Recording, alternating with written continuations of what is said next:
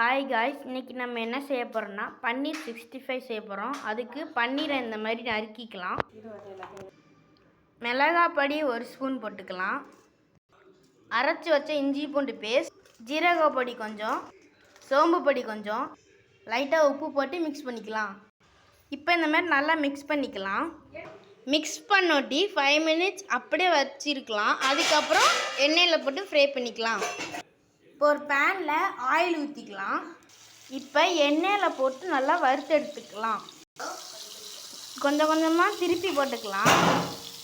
அப்போ தான் நல்லா 4 சைட்ஸ் நல்லா வேகும். இப்போ இந்த மாதிரி நல்லா திருப்பி போட்டுக்கலாம்.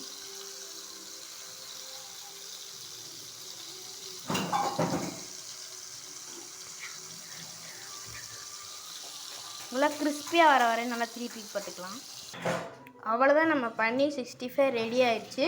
இதோட டொமேட்டோ கெச்சப் ஆட் பண்ணி சாப்பிட்டிங்கன்னா சூப்பராக இருக்கும். தேங்க்யூ ஃபார் வாட்சிங்.